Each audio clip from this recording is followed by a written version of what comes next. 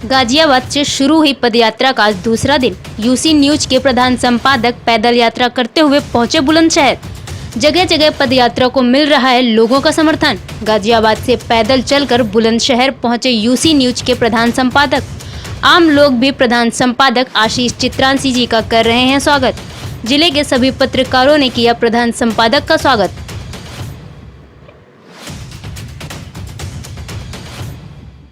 यात्रा ये कहाँ से आरंभ हुई और कहाँ पर जाकर ये रुकेगी यात्रा, और क्या आपके मुद्दे हैं जिन मांगों को लेकर आप ये यात्रा निकाल रहे हैं? देखिए, यात्रा शुरू हुई है दिल्ली उत्तर प्रदेश के बॉर्डर से, गाजीपुर बॉर्डर जो आजकल वैसे ही बहुत चर्चित है, उसी गाजीपुर बॉर्डर से 26 जुलाई कल जो है दोपहर 12 बजे मैंने यात्रा की शुरुआत की है।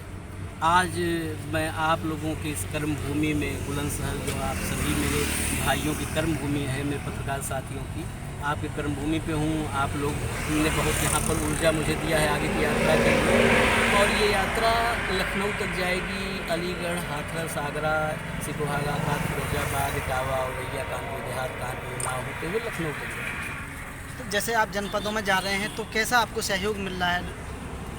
देखिए, यही तो जो मैं अभी एक बात कह रहा था कि अब गाजीपुर बॉर्डर से तो मैं अपने शरीर से चला था।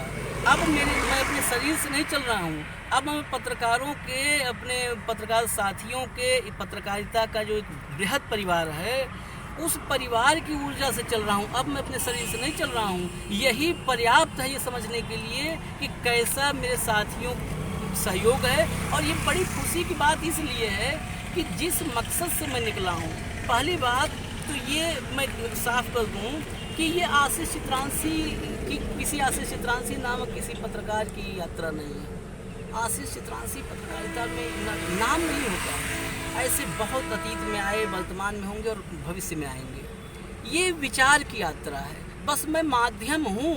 मैं एक शरीर लेकर के अपने शरीर से इस विचार की यात्रा को लेकर चला हूँ। ये वही विचार हैं जो आपके मन में होंगे, कहीं सवालों के रूप में होंगे। अपने अंतर्मन से आप कई बार अंतर्द्वंद में होते होंगे कि हम पत्रकारिता में हमें क्या करना चाहिए। तो वही जो आंतरिक कमजोरी पत्रकारिता में आई है, उसकी पहले जागृति हो जाए, और जब वो जागृति हो जाएगी तो ये बाहरी जो दुस्साहसी हैं, वो चाहे जो भी हों, अधिकारी हों, नेता हों, नौकरशाही, अफसरशाही, मंत्री, कोई भी हो, किसी की दुस्साहस नहीं, कोई ऐसा कर पाएगा। किसी की जरूरत नहीं होगी कि किसी पत्रकार की सच्ची खबर, जरूरी है कि उसकी सच्ची खबर से नाराज होकर के उसका दमन या उत्पीड़न करने की जरूरत करे, साहस करे, ये कोई नहीं कर पाएगा। बस जगना हमें है। पहले दूसरे पर उंगली उठाने से पहले एक बार हम भी जग जाए। हम जग जाएंगे तो फिर दूसरे, पूरी व्यवस्था है, कोई नहीं होगा। आप एक हो जाइए। एक पत्रकार अगर दुख में है, उसकी पीड़ा है, दर्द है, वेदना है, सारे पत्रकारों को, पूरे पत्रकारिता के परिवार को, बृहद परिवार को एक साथ खड़ा होना चाहिए। वो कौन सी आपकी पीड़ा रही जिसको लेकर आपने इतना ये कदम उठाया कि आप पदयात्रा मतलब लेके जा रहे हैं? मेरी व्यक्तिगत पीड़ा तो मैं कोई बता नहीं सकता कि व्यक्तिगत कोई पीड़ा महसूस आपने, लेकिन जो वेदना मेरी थी, ये वेदना कई महीनों से थी।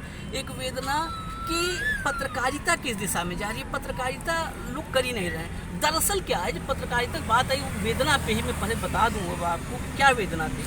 पत्रकारिता का जो मूल चरित्र है ना, हर व्यक्ति का एक मूल चरित्र होता है, प्रोफेशन का मूल चरित्र होता है, उसकी आत्मा होती है। कहते हैं ना कि इस काम की रूह है, तो हर चीज़ की रूह होती है। जो पत्रकारिता की रूह है, जो आत्मा है, वो जन सरोकारी है। पत्रकारिता सरकारी नहीं हो सकती, हो ही नहीं सकती। कोई लाख तर्क, जिसके पास सारे दुनिया के तर्क हो, बड़ा तर्कशास्त्री हो, मेरे साथ बैठे बताए, मुझे समझा दे कि सरकारी पत्रकारिता संभव है। सरकारी पत्रकारिता नहीं होती है, वो भाटचारण होते हैं। और वो भाटचारण लोकशाही में नहीं होते हैं, लोकतंत्र में नहीं, डेमोक्रेसी में नहीं होते। वो राजशाही में हुआ करते थे। जब कहा जाता था ना कि राजा बोला रात है, रानी बोली रात है, मंत्री बोले रात है, ये सुबह सुबह की बात है। तो जो ये कहते थे, जो लिखते थे, वो पत्रकार नहीं थे। उनको कभी किसी इतिहास में, कभी किसी इतिहासकार ने इतिहास की किताबों में कहीं लिखा है कि पत्रकार ने राजा के लिए कहा था। वो भाटचारण थी।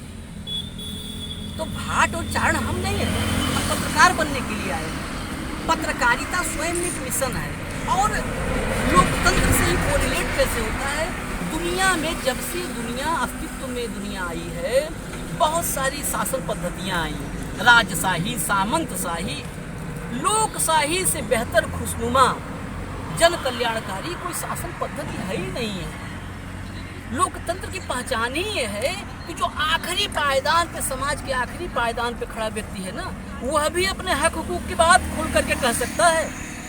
उसे प्रधानमंत्री, मुख्यमंत्री, राष्ट्रपति के सामने खड़े होने में उसके घुटने नहीं कांपने चाहिए। ये डेमोक्रेसी है, ये लोकतंत्र की मजबूती है। हमारी कामयाबी ये नहीं है कि हम दुनिया के सबसे बड़े लोकतंत्र हैं। हम तब कामयाब माने जाएंगे, तब सीना चौड़ा होगा जब दुनिया में ये कहा जाएगा कि हिंदुस्तान सबसे मजबूत लोकतंत्र है।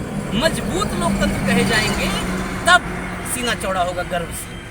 सर, उसी मजबूत लोकतंत्र में अक्सर जो पत्रकारिता है उस पर जो सत्ता है वो हावी होती नजर आ रही है पिछले कुछ समय से लगातार।